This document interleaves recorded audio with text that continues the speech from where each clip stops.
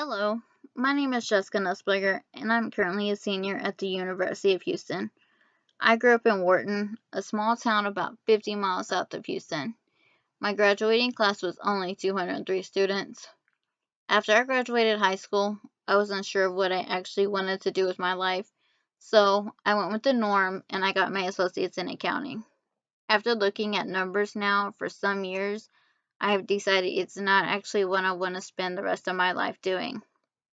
My real passion is young children and helping them to succeed. Therefore, I am majoring in early childhood through sixth grade education. I really want to teach third grade though.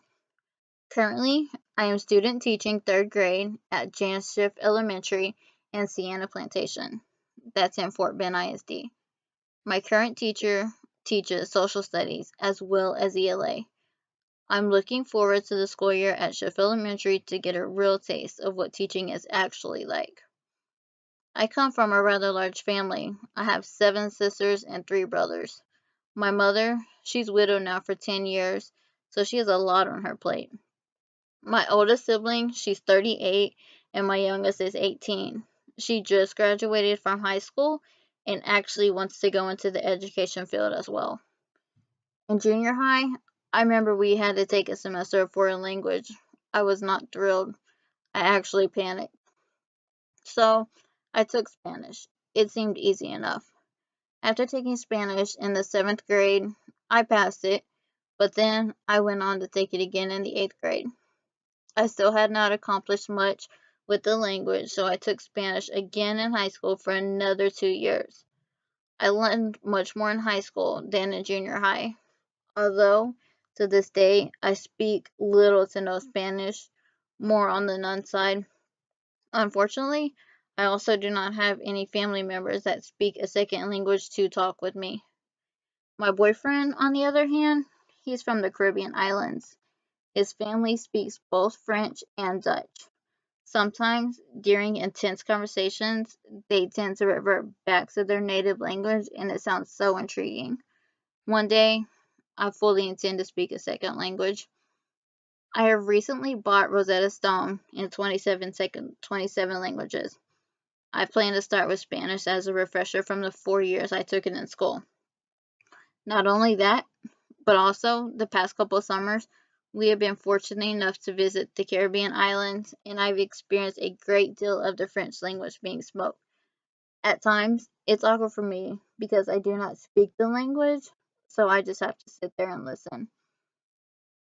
I believe second languages are best learned through experiences and culture. Being around those that speak a different language and conversing is a great way to learn the second language. Language impacts the daily lives of members of any race, creed, and region of the world. Language helps express our feelings, desires, and queries to the world around us. Words, gestures, and tones are utilized in union to portray a broad spectrum of the emotion. The importance of communication is often overlooked. Despite our great powers in communication, misunderstandings and mistranslations are often commonplace. In order to travel the world, whether for business or pleasure, a desire and willingness to adapt to new cultures and methods are necessary. Adaptability, of course, includes the ability to communicate with new people in various dialects. Being unable to communicate in a country is often living in a serious impairment, and it's difficult and near impossible to adapt and get along with new people if there's no way to communicate with one another. In order to prepare our nation's children for the next generation of future entrepreneurs, doctors, scientists, and engineers, we must foster an environment from a young age that promotes a multilingual language. Though we are not setting up ourselves, our children, and our children's children for growth, success, security, and ultimately prosperity.